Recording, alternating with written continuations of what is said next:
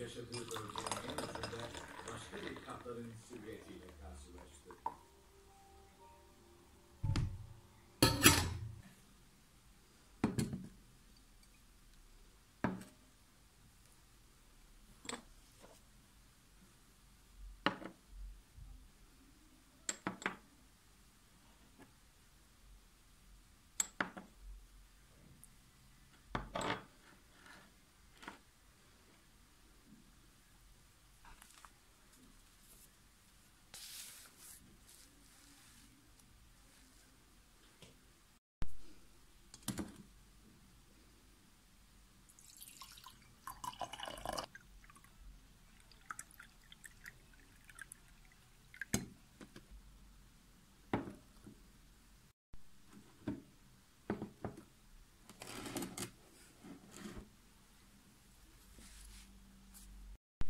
Dün dershanede deneme sınavı olduk.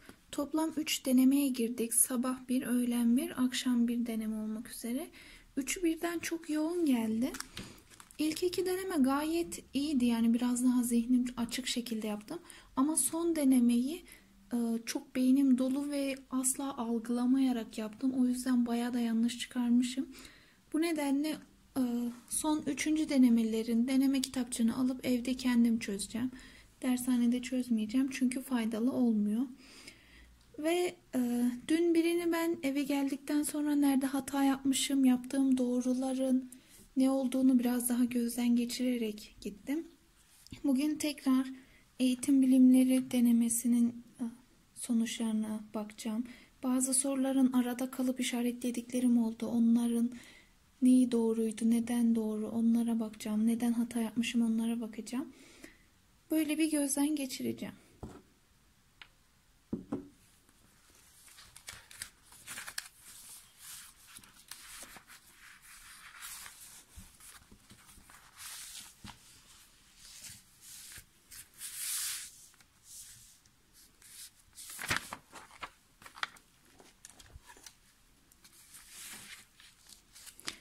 Bu eğitim bilimleri sınavında toplam 80 soru var. 44 doğru 7 yanlış yapmışım. Burada fena değil, idare ettiğini düşünüyorum. Çünkü ben daha sadece bir dersi bitirdim. 2 dersi yarıladım. Geri kalan derslere de çalışmamıştım. Bu yüzden ideal olduğunu düşünüyorum. İşlemediğim derslerin sorularına bakmayacağım. Çünkü hiçbir fikrim yok. Onları daha ileri zamanda, yani bu kitapçıya atmayacağım. İleri zamanda işlediğimde tekrar gözden geçireceğim bu sorun neymiş diye.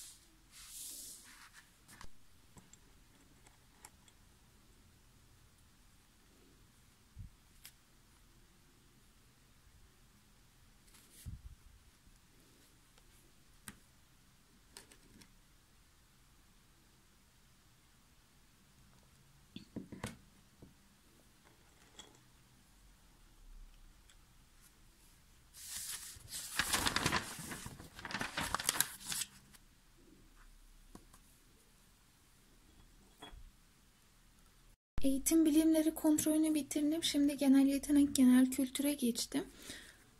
Açıkçası bu sınav kolaydı. Yani KPSS düzeyinde değildi zorluk şeyi. KPSS çok zor mu? Hayır, ama bu daha basitti bu sınav.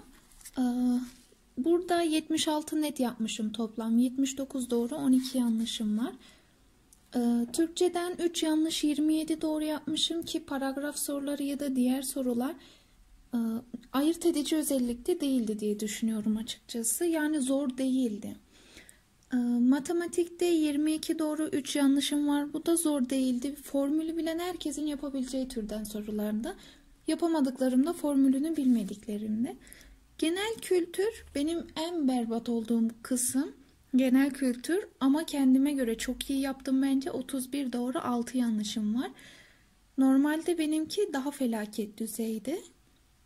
Tarihten 11 doğru yapmışım, 1 yanlış. Coğrafyadan da 11 doğru, 3 yanlış. Vatandaşlıktan 2 doğru, 2 yanlış ve güncel bilgilerinde hepsini doğru yapmışım. Yani 6 doğru toplam. Şimdi burada yaptığım yanlışların neden olduğunu bakacağım. Vatandaşlık sorularınınkine bakmıştım neden böyle diye ama diğerlerine çok bakmamıştım. Şimdi onları inceleyeceğim.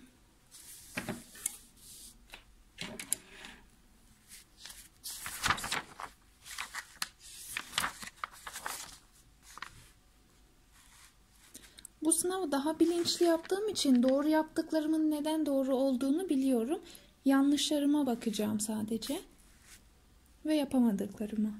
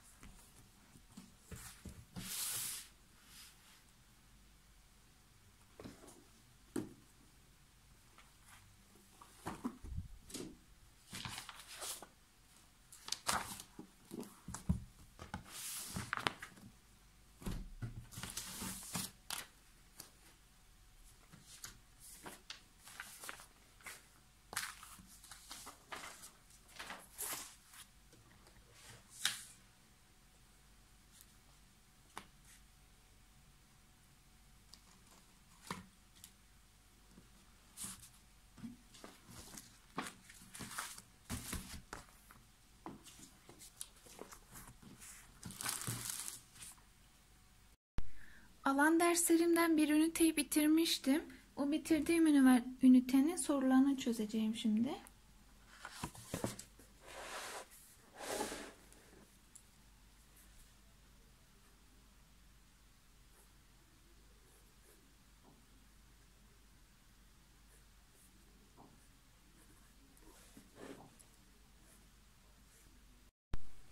Dün akşam en son ders videosu çekiyordum. Ders videosu çekerken canlı yayına geçtim.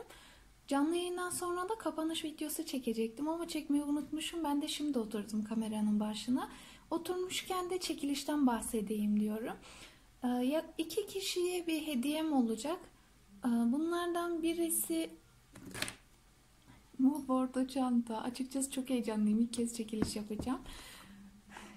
Umarım sizin de hoşunuza gider. Böyle derisi nasıl desenli işte. Bu şekilde güzel. İster bu şekilde kullanabilirsiniz. İsterseniz askısı var. Yine aynı desenden. Askısını takıp kullanabilirsiniz.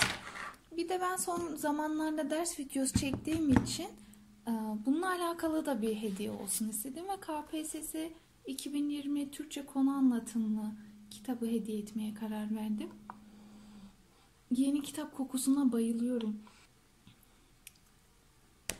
Çok heyecanlandım. Ne diyeceğimi bilemiyorum. Şu an şartları tam belli olmadığı için burada söylemiyorum. Yorumlarda ve açıklama kısmında yazacağım. Instagram'dan da belirteceğim. Abone olmayı, kanalımı beğenmeyi, videomu beğenmeyi unutmayın. Kendinize çok iyi bakın.